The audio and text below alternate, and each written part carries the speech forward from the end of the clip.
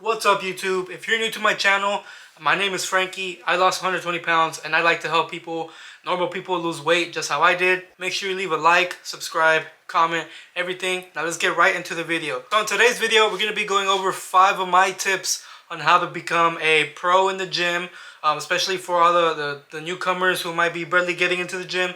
I'm going to be showing you guys my 5 tips that personally worked for me and that I would recommend to people on how to just be a better gym goer, especially if again, if you're new to the gym.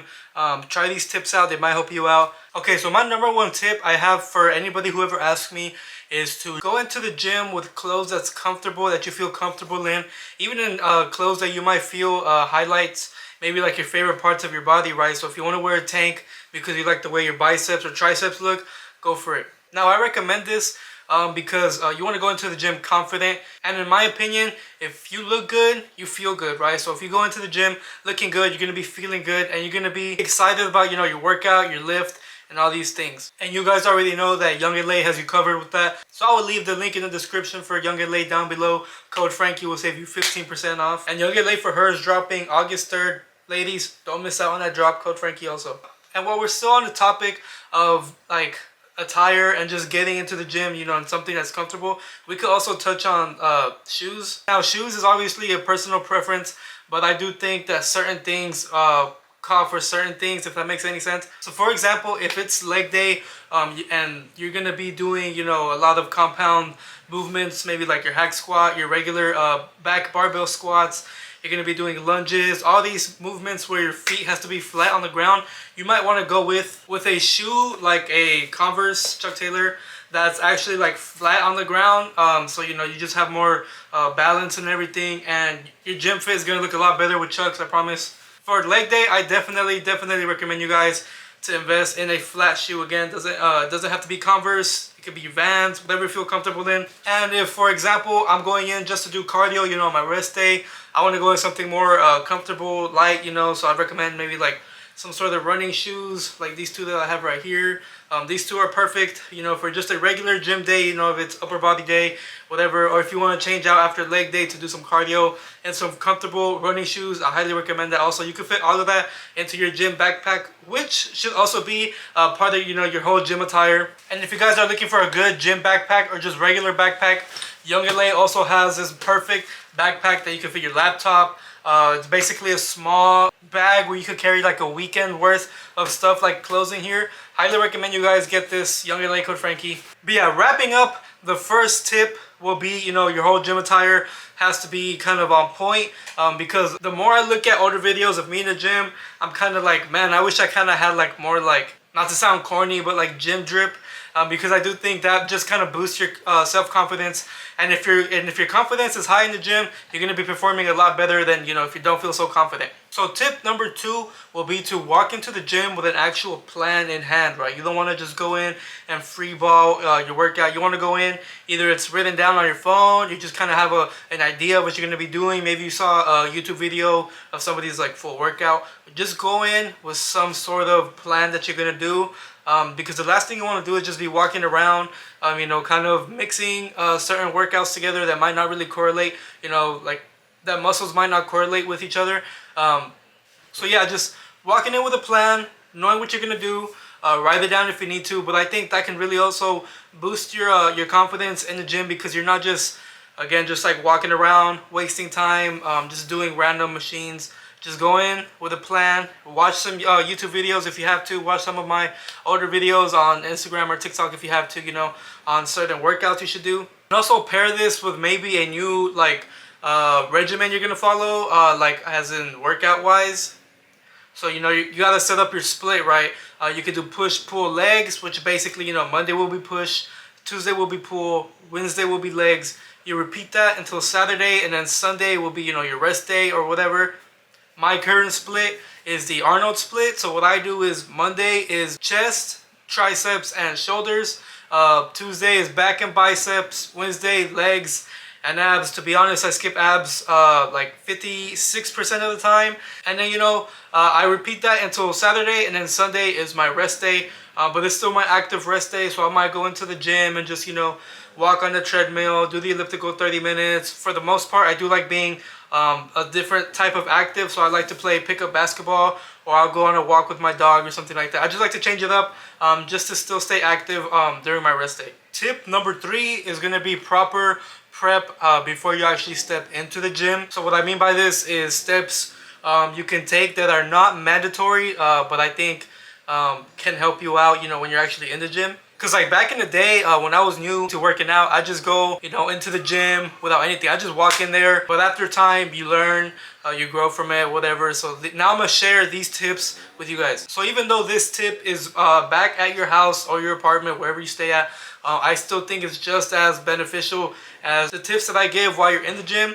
And it's going to be how you prep, right? So what you want to do is maybe an hour, 45 minutes to an hour before your actual workout. What you want to do is you want to eat food, not too heavy, but like food that's kind of light, but also has carbs in it, because those carbs is going to be your energy source during your workout. This next part is still part of the prep before the gym. So, you know, along with your food, your carbs that you're getting, you also, and again, this is not mandatory, but if you want to get into it, you know, taking your pre-workout 15 to 30 minutes before your exercise, that's when it's most beneficial. You know, you'll hit the gym and your pre-workout kicks in just then. And, you know, the pre-workout does have, you know, certain things that help you actually kind of like enhance your performance, right? It has like the caffeine, L-citrulline for pump. A lot of pre-workouts have creatine in it. So all of those components will really help you push yourself as much as you can in the gym versus if you didn't take pre-workout. But again, guys, I'm not telling you guys that you have to take pre-workout. That's completely on y'all if y'all want to. And if you guys want to use the pre-workout that I use, I will leave the link down below. Berserk by Black Magic Supps, highly recommend it. And also along with this, I'd say, you know, blast your favorite music, something that gets you pumped up. If it's maybe like motivation, watching a motivational video, just all of these components will come into play while you're actually, you know, exercising in the gym. And again, these are just things that I personally feel helped me out, and I feel still help me out today. So yeah, properly prepping before the gym is just as important as whatever you're doing in the gym, because if you don't do it properly, you might be setting yourself up for failure to begin with. Okay, tip number 4. I don't know why. Tip number 4 is going to be having, you know, proper gym etiquette, knowing some of the basic ground rules. And that's exactly why you're watching this video, is because I will let you know on some of these things that might be written or not written, you know, in the gym handbook, whatever. Here we go. Number 1 is going to be not standing in between the dumbbell rack and the benches. That like weird awkward zone in the middle. Do not just stand there and stare at yourself or whatever, because somebody might be bringing along, you know, heavy ass 100-pound dumbbells, and you're just standing right in front of the, you know, where they have to put them back. So just kind of, you know, unrack your weights, bring them back to whatever you're doing, and once you go back, you know, just put your dumbbells back and just get right out of that zone, because people might, again, have to be putting certain heavy weight, you know, that they can't hold for too long, back into where they go. And staying within that certain, you know, region of the gym. If, let's say, for example, you have 30-pound dumbbells and you're going to go rack them, right? And you're in that little awkward zone that I'm saying, but you're allowed to be there because, you know, you are going to re-rack your weights. And somebody is coming along with a heavier set of dumbbells your way, you have to move out of the way for them, because they're carrying the heavier weight, right? They might be carrying, you know, 80, 90, 50, whatever, but you're carrying 30 because you have the smaller weight. It's not such a written rule, but I'd say kind of just step aside, move out of the way, but keep going, right? Just walk right past them, but they have to get to their destination a little quicker just because they do have heavier weight in hand. All right, next up is the kind of like ego lifting topic.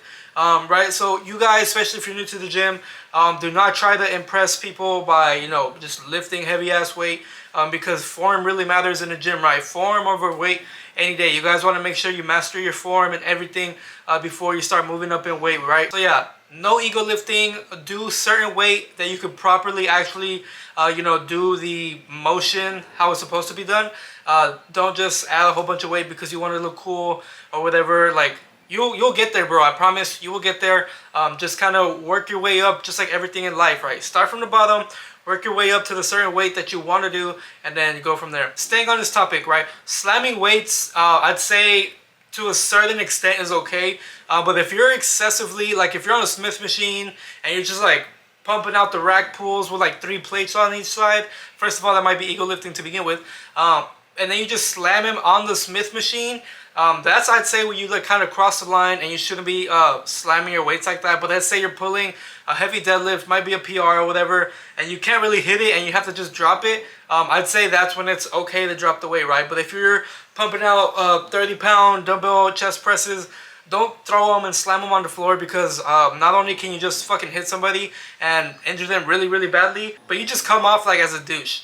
The last thing I'm gonna say within this topic is gonna be don't spit in the fucking water fountains, bro. That's really, really gross, and I've seen a lot of people do it in my gym. No matter how many signs they put up, people spit in the water fountains.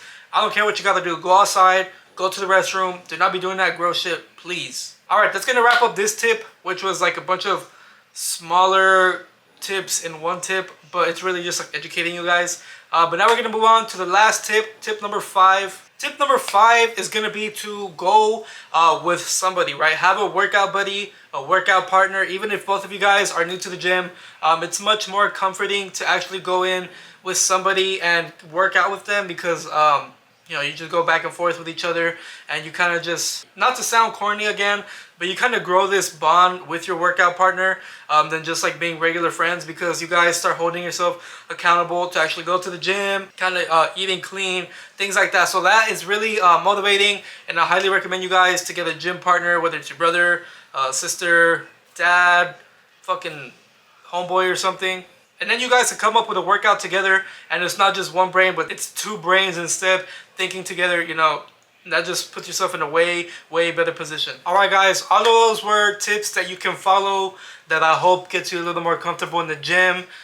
Things that I also did when I, you know, first started off working out, when I was, you know, still a freshman in college and going through all these motions and everything. So I highly recommend you guys try some of them out. Maybe they will help you, maybe some of them aren't really for you, but I do think all of these are kind of just universal, so it really can apply to almost everybody. If you guys enjoyed the video, make sure you like and subscribe. Go watch my other videos, YoungLA Code Franky, Black Magic Supps Code Franky. You support me directly as a creator, and also by watching this video, so thank you guys so much, and I will see you guys in the next video. Peace out.